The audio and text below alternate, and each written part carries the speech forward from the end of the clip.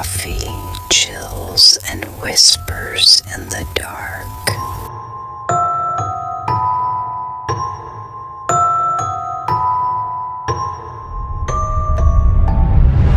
Hello, spooky babes. This is Dannie Oliveros, and I want to apologize for the delay. I think it's been almost a month, or at least a month, that I have posted. It's because April is birthday month, so it's my birthday, my daughter's birthday, my brothers, my comadre, and my stepbrothers. It's like a bunch of birthdays in 1 month, and it just got so hectic, and obviously family stuff happened too, so I finally got everything out of the way. I'm able to concentrate on my lovely podcast and everything, and I do have a lot of good things coming up this year.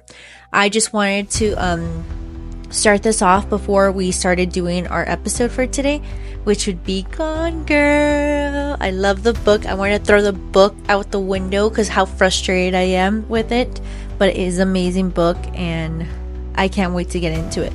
But I am actually writing my own gothic novel. It should be coming out. My goal is to have it by June, but I have a feeling I'm going to have to do another rewrite of this. I've been working on this project since last year. It has been rewritten 3 times, and I want to make sure it has a good flow. It is very creepy, and I'm very excited to have this published out. I am going to be doing self-publishing, so I will have a link for it, but I'm really excited. It's about a girl named Adela. She's inherited by her grandmother, Aurora, in Colima, Mexico, where my family's from, in Mexico. And it's a hacienda, and there's secrets, and it's like so creepy, and it still blends with that that Latin feel, especially from a girl coming from the US, and she doesn't remember a lot from her past. And the character of Adela is actually inspiration of my mom when she was on her own when she was very young at the age, even before she had me. So I am very happy with this book coming up, and I'm very grateful for my mom for like coming here and being so brave for what she went through. And I also turned 30, so yay, I'm in my dirty 30s. And I just want to say I am very blessed. I'm very blessed that I have the family, my friends that I have that are very supportive. And then I also am very blessed that I have my daughter, and very blessed that of my partner, my fiance.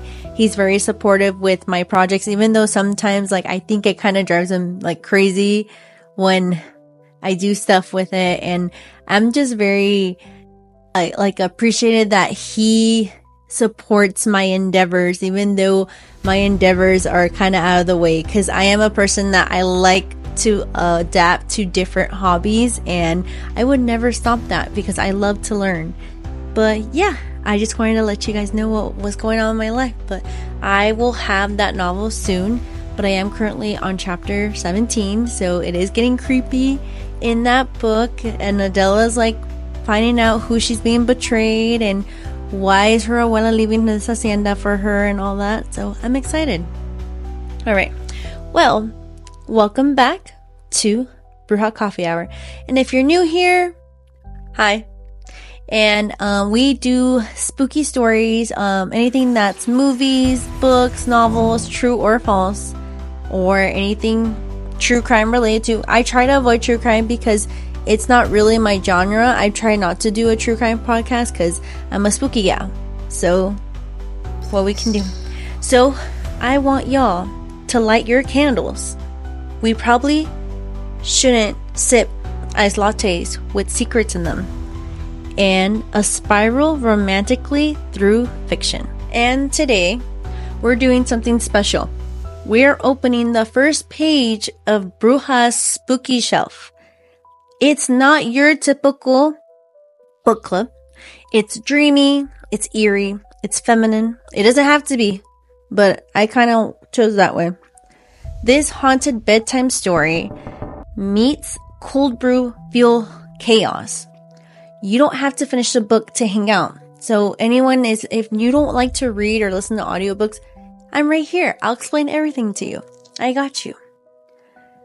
But we're just going to bring out the curiosity so bring in your favorite glass and maybe a soft hoodie and that lavender smell and poor decisions. We're starting with the book that made everyone side-eye their partner while pouring a glass of wine or your favorite matcha or latte or whatever. Gone Girl by Gillian Flynn. She's not just a thriller, she's a cultural reset. And if you never read it, oh honey, let me whisper it through you. Or through it. Sorry. So light the candle, lock that door, grab your drink and preferably something sweet with a cherry drizzle, a knife hidden in the bottom of your drawer or your pillow. Okay. Before we start this ritual, I just want to shout out to my friend Dannie. She got me for Christmas. I still have to give her present, but she kind of got me like this little book stuff, so accessory. So it's like just one more chapter right here, if you can kind of see it. It's so cute. I did one of the drinks for this drink. I will have a display coming up here of our drinks, and I would post it on our social media. So I decided to do something fun for this chapter, and I'm going to be doing this only once a month, so it's not going to be every couple weeks because I feel like it's just too much. But let's begin the ritual, my babes. Here's your Gone Girl drink flight. 4 drinks that tell a story in sips, where we start with sweet love and end with a full-blown mental breakdown. The vibes deliciously unhinged. 1. We have the Anniversary AlibiVanilla, bean shaken espresso, brown sugar, cherry syrup drizzle, cold foam, and milk of choice. She's sweet, she's romantic, looks perfect in photos, but the cherry blood dripping down the glass. That's the clue Amy left behind. Pretty, but plotting. Next, we have Nick's Guilt TripDouble espresso, milk of choice, dark chocolate syrup, sea salt, and black cocoa dust. For this one, you can use any type of dark chocolate or any chocolate you want to use. I like to use my abuelita chocolate because it's so good. Or you can do like the Hershey's or Nesquik, any type of chocolate you want. And it doesn't have to be black cocoa dusting too. It's just like a cute thing with the rim. But this one is dark, moody, salty in every way, feels like telling a lie under fluorescent lighting. Nick in a glass, definitely smiling when he shouldn't be. And for the third drink of this Gone Girl flight will be Amy's Matcha Meltdown Honey Lavender Ice Matcha with heavy whip honey cold foam and the milk of your choice. So we're going to start off with serene, delicate, created, but there's something a little too perfect about it. It's giving I burn your hoodie, but in a graceful way. And then no espresso in this meltdown is all her. And then our final drink on this beautiful, creative flight is a caffeine-free but dangerous, like someone who says, I'm not like other girls. And that ruins your life in a sundress, bubbly and decent. And it is our cool girl hibiscus tea. This is like, I don't like saying hibiscus. I'm only saying it because it's for Gone Girl, but it's basically Jamaica. But it's a Jamaica with topo. I'm going to say it in Spanish because I only know how to say it in Spanish. The topo chico, mint, and a touch of agave, sparkling, chills, and fake. So this is where we see Amy's like, oof, in her dangerous era. So, which one are you sipping while pretending not to stalk your ex on Instagram? Tag me, Brewja Coffee Hour, with your drink board. Bonus points if it's slightly chaotic.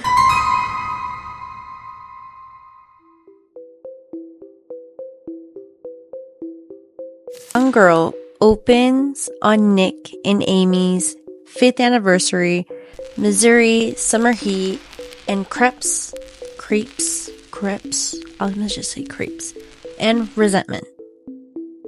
They used to be that couple, smart, beautiful, glossy, but the economy tanked. So this is like basically early 2000s. So it's almost aligned with the thing. Or actually not early 2000s, that would be like mid 2000s because the book is placed around like 2012, I think. Well, when Amy's thing. So Nick's mothers get sick. Well, his mother gets sick. They lose their jobs, and suddenly Amy's not the cool girl no more. She's just stuck. And Nick starts cheating on her. Yeah, the audacity to cheat on your wife with someone younger. And Amy does what every woman secretly fantasizes about in the middle of a breakdown. She vanishes, leaves a trail of blood and passive-aggressive clues, and frames him for murder.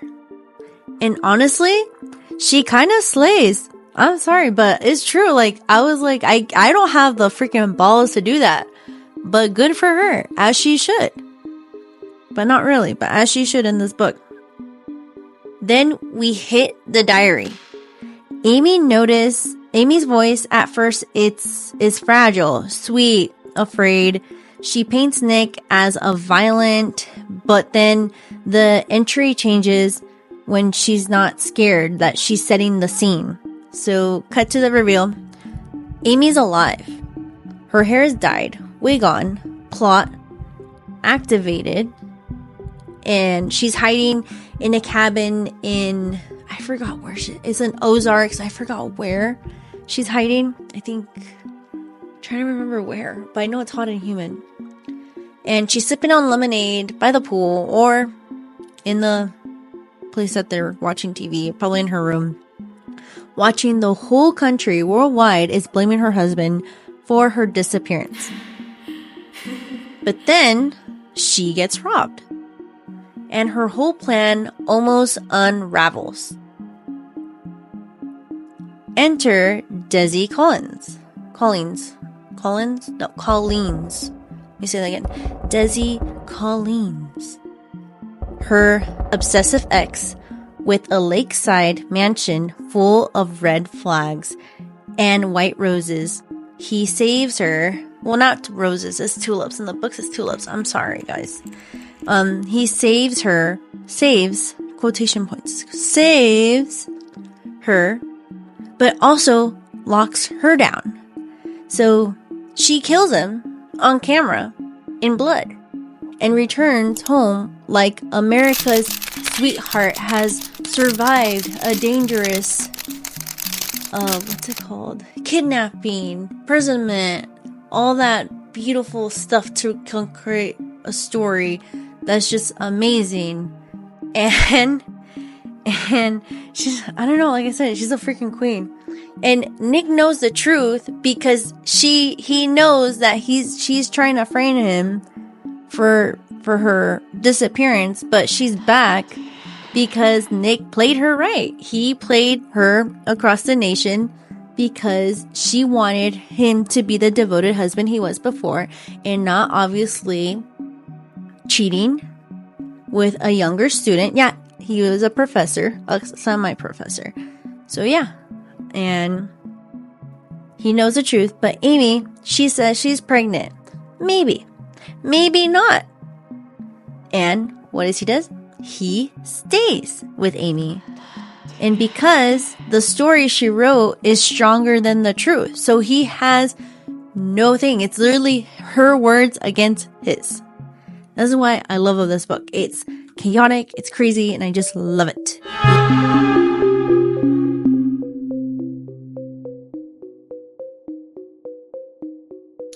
Amy isn't just a character. She's a spell. She shows us how a woman can shapeshift to survive. The cool girl isn't real. It's a mask we wear until it cracks. And Nick, he's not evil. He's just lazy. Does that sound familiar? Not kidding. Not all men are lazy. But you gotta get my drift. He's the guy who stops trying. And together they are a horror story disguised as a love story. And also this book is on a movie. So if you're not a book reader or anything, you can check out the movie. I did watch the movie. My hubby was confused about it because the way how the book is, it's like different entries. So if you don't read the book, it is different entry. I can only say as a warning, like, you're gonna see different flashbacks or different views. You're looking at their point of view, so that's what I had to explain to him. But he kind of liked it, but I feel like he has to watch it again because of me. And I like it. It was really good. And it's starting with Rosamund Pike and Ben Affleck. So the movie is stunning. Like I said, Rosamund? Sorry if I'm saying it right, if I'm butchering it. Pike gave us an icy goddess energy. That monologue is just legendary. But the book lets you sit in the rot and you feel the pacing, the slow burn, and the breakdown, the dread.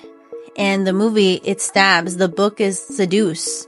Like, you just get it right then and there. It's like, damn. Curated. Everything.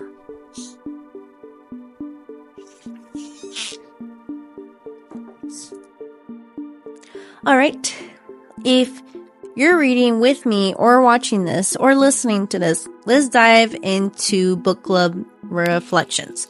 So, I'm giving these reflections. So, if you are a new listener, and if you want to read this book, I'm sorry if I did any spoilers, but if you want to start a book club or you're in a current book club, I want you to ask these prompts in your book club. So this is prompt 1. So was Amy's revenge just brilliant or just psychotic or both? I personally think it's both. I think it's brilliant. I think it's psycho. I don't think I have the mental health to do what she does because I'm not going to lie. I am very chicken when it comes to stuff like that because I just can't. It's just, I would say, you have to have like a lot of anger and guts, but my mental health, and today's age, especially with social media now, it's like, but I give her the props. Like, she deserves that praise because goddamn, even though she's a fictional character, but goddamn. The prompt 2 would be, did Nick actually deserve a second chance? I don't know, because I always get that feeling that once a cheater, always a cheater. But the way how Amy played this fool, she broke down this man. I'm not surprised. Like, I wouldn't want to leave this woman too if she has that type of power over me. Especially like the way how she played this man and how she framed every little thing. Like, it's just crazy. It's crazy. And then the third prompt would be, have you ever felt like you were performing in a relationship? So when they mean performing, it's more like you had to put like a front, or you were playing someone as you are. And I don't think that is very healthy in a relationship, because a relationship should be an equal partnership and you shouldn't be afraid to hide your true self, you know? But we're not all rich and privileged women who get bored and decide to throw in a front. I just can't do that. My mental health is like, I could not do that at all. At all. Okay. And these are suggestions. I think you can do this with friends. If you're listening to a podcast, if you guys don't want to do a book club, you can do this for fun, like for movies and stuff. But for book club activities, what I recommend, you can create a scavenger hunt. Start with something sweet and end it with something slightly threatening. Kind of like, I thought it would be cute. And especially like if it's just one person or like playing all that stuff, I think it's really fun. And I think it'll be a really great group activity. And then also like I recommend like a mood board night. Cool girl versus real girl. So bring your magazines, your wine, your matchas, your sodas, whatever is your poison, and trauma. And I think that would be really cool to do too as a group project. Not too expensive, or like not even magazines. You can literally print stuff off of Pinterest and stuff. I think that is a great group activity, and not in a very budget way too. And then, or 3, host a fake crime confessions. So I think that'll be fun. It's almost kind of like if you're doing your own little podcast. So, or not your own podcast, more like a, what's it called? Intervention. What is it called? Oh, I hate that. I hate feeling like that. It's, what is it called? It's gonna bug me now. Interrogation. There you go.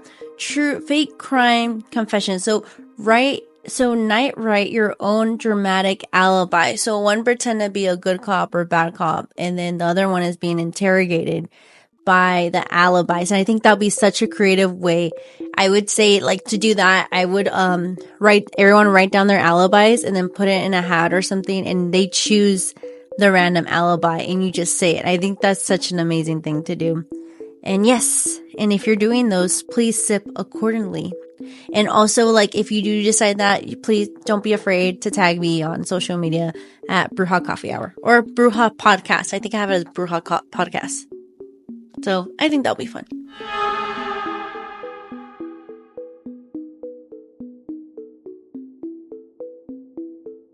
So, would you stay if your partner came home with someone else's blood and kiss you goodnight?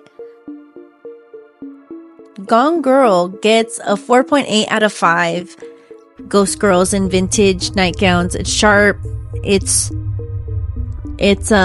stunning. It's your sign to trust your gut and not your man's or your partner if you're listening to this or watching this. I just love it. I think it is a slow burn, but I'm not gonna lie, like, Amy's such a bitch, but I love it. And I just can't either hate her or love her. I think she's such an evil genius, and I think I applaud to that. I don't have the guts to do what she did, like I've said before. But Nick, I honestly think once the moment a man like loses money, I've noticed like they do become more like it's done and everything. So I think they do kind of lose interest in the relationship and just looking for someone younger. It's just like, it's not right. It's not right. In my opinion, not right.